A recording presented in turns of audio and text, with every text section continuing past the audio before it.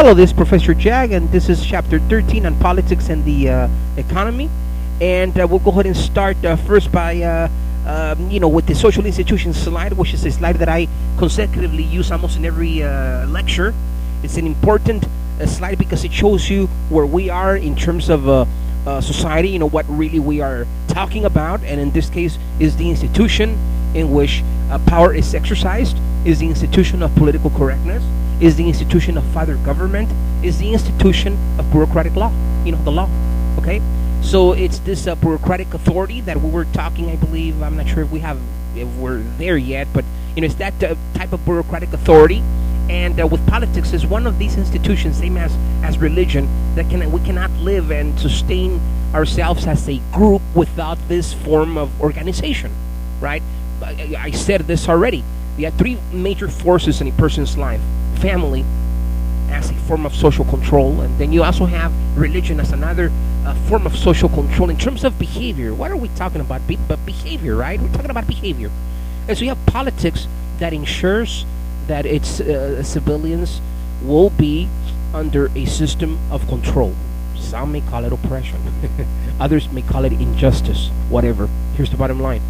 Its purpose is to control. Governments around the world, the purpose of government is to control, right? I mean, you have to have structure, and you have to have a system of law. Without it, we wouldn't be able to survive as a group. That's the bottom line. Humans are very political in the same way they are social, and definitely in the same way they are about religion, okay? They're very religious. And if you follow the arrows that I have in this slide, I kind of point out, just to take you through a little trivial trip, that in our system, in the American politics system, the government is the primary political system. Government is the formal organization that has legal and political authority to regulate the relationships among members. Hence, when it comes to government, power is authority. It's legitimate, so to speak. Now, going back to the lecture, I'm not antagonistic. I'm not antagonistic to government.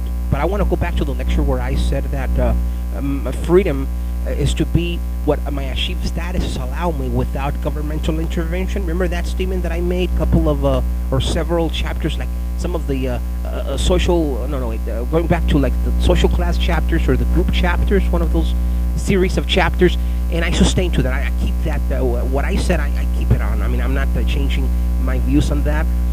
But of course, government, we are to respect bureaucratic law. All I'm saying is that even though government has the legal right and authority to regulate the relationships among members and to impose laws in many cases, I do still feel that ultimately what freedom means to me is to have as little governmental intervention to the lives of civilians, provided that civilians are following the law to start, right? I mean, we can't have a system of lawlessness. We cannot have an anarchy, people, okay? We have to abide by the law. So I have a couple of facts right there. In order to establish government, in order for government to establish order and social control, it must exercise power, unfortunately, because people don't know better, okay? You still have to have a system that controls people, and power is synonymous to authority. I said that. And you have here the three different types of authority.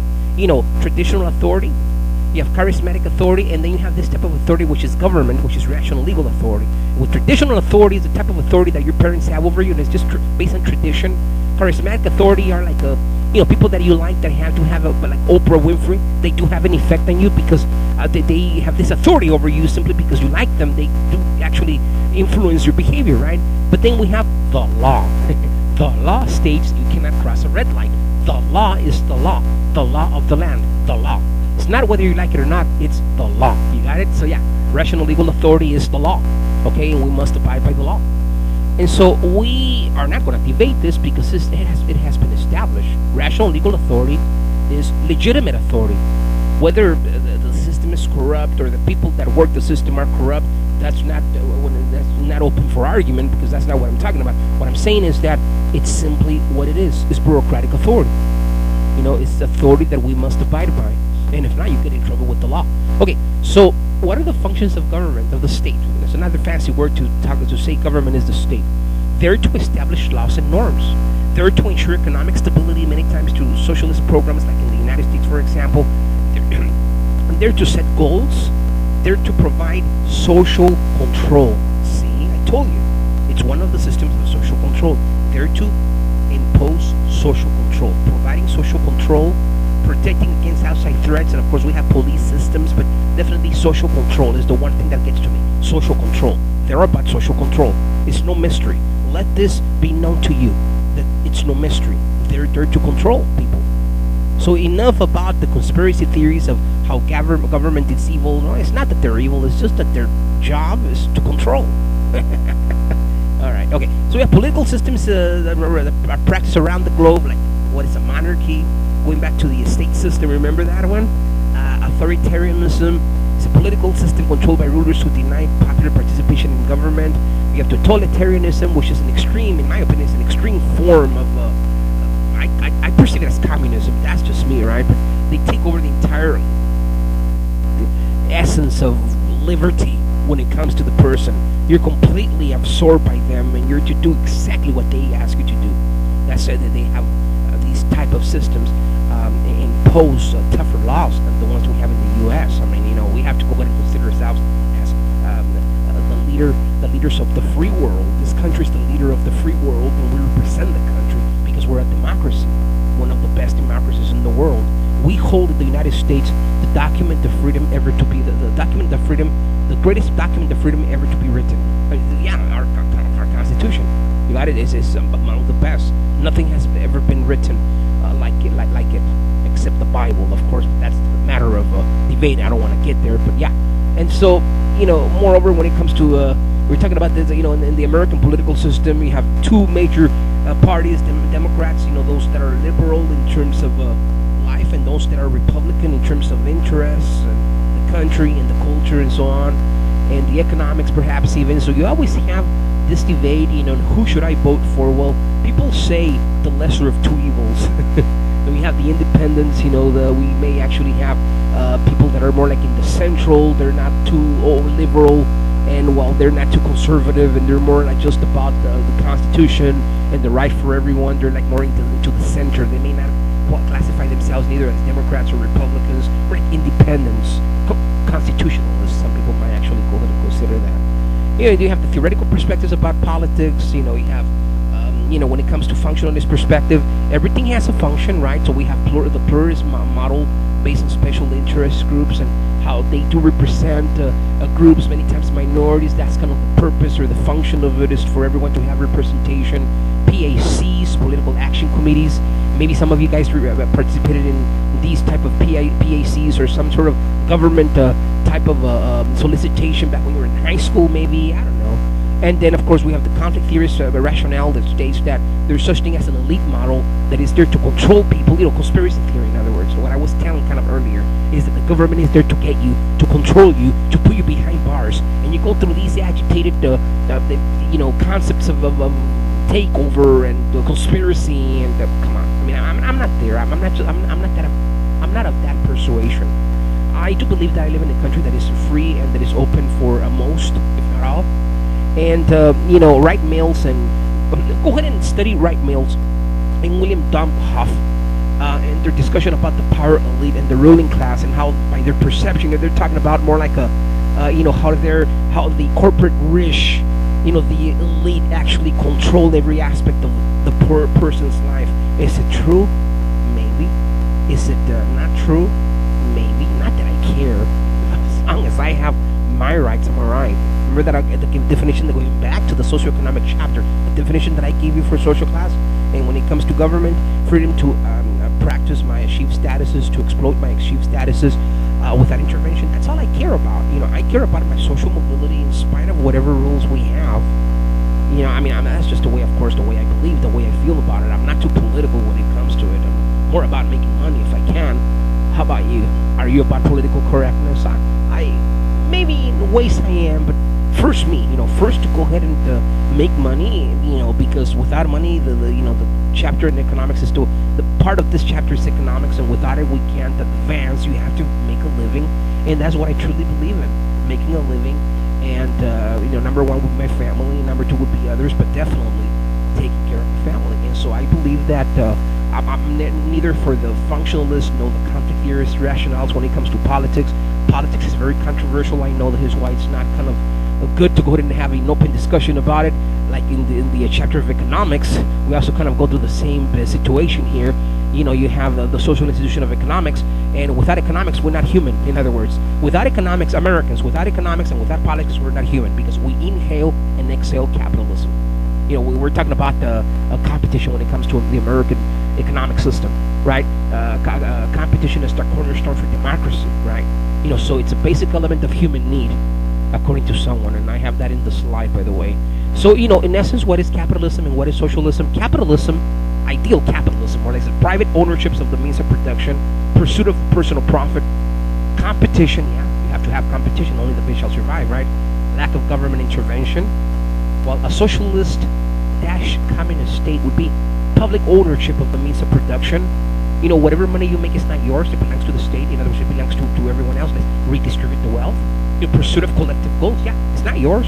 Well, I work harder, yeah, and I own a store. It's not yours. You probably see by this rationale. You probably did bought the store, but the money that it took you to buy the store is not yours. It doesn't belong to you. Why? Because you probably exploit some poor person. So it doesn't belong to you. There's no such thing as competition. You take that away from you. Give it to government. Government will seize it and redistribute it that to the poor. That's kind of the way they perceive that. And then, of course, centralized decision making. Yeah, centralized, not meaning you. You would probably not make the decision. It's not a government. They'll probably make the decision for you on what is right and what is wrong. You got it. Nobody likes that type of system. This is why capitalism always triumphs and communism always fell. Nobody likes communism or socialism. Pure socialism is not good for if you go to the extreme. Go ahead and ask the Cubans and tell me if they're very happy. The ones that come to Miami, tell me if they're happy about the system, the great Cuban socialist system back in their native country. Go ahead and ask them, and if they take it, it's okay. Well, then, if you want to go ahead and follow that model, it's all right with me, but not this guy. I'm about experiencing a lot more. I'm about social mobility, like I explained a couple of chapters ago. About my definition for freedom when it comes to stratification. Yeah. Freedom to achieve my status without governmental intervention, allowing me to experience social mobility, right? Is what motivates people into progressing. And then here I have freedom to be what my achieved status allow me without restrictions. Yeah, that's kind of what I said. I'm repeating that here so that you see that I'm not lying. Furthermore, I know. I'm just using sarcasm here. Don't take it personal.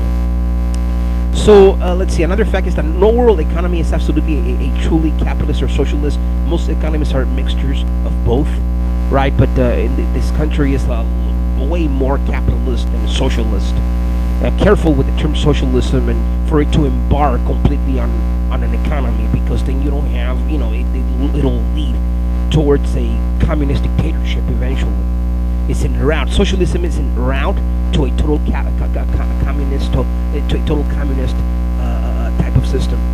So I believe that we're more, in my opinion, we're more like a democratic socialism in the United States. Maybe not so much, but you can go ahead and see some traits of both. And so we have also the theoretical perspectives, the functionalist view. The economy is a vital institution because it is the means by which needed goods and services are produced and distributed, in society. There's an institution for everything, and this is the institution of money. Conflict theory, the economy is based on greed, capitalist greed, so it's not fair. We know the story when it comes to communism, right? Nothing's fair. It's always about identifying an oppressor versus an oppressed group. Yeah, I know the story. I know Marx, it's pretty much about conspiracy, right? So nothing's right for Marx, and I said this so many chapters ago. Life is not fair. Remember that part that I said that? Just as a disclaimer. I know it's not fair, but within its flaws, the system within its flaws, you always look the way to be happy, the way to experience social mobility. Otherwise, what's the point of living in this country if you couldn't find that liberty? Symbolic interactionism, the focus is more not so much on the economy as a large institution or groups competing. It's more about self-satisfaction, people being happy, cooperation between people, employees, employers, and more like a model where we are we, not I. It's like a colony of workers working together, and in that way, simply it's not so much in terms of competition, but job satisfaction, whether you compete or not. If that's how you're happy, how you're a conformist, you're okay. It's about harmony, in other words. And through socialization, people go ahead and acquire and know the differences between the two. Between the two groups, those that are elite, those that are poor. So it's a type of a perspective that is not there to create conflict or fight the function. Anyways, this is Professor Jack. Thank you very much. Bye bye.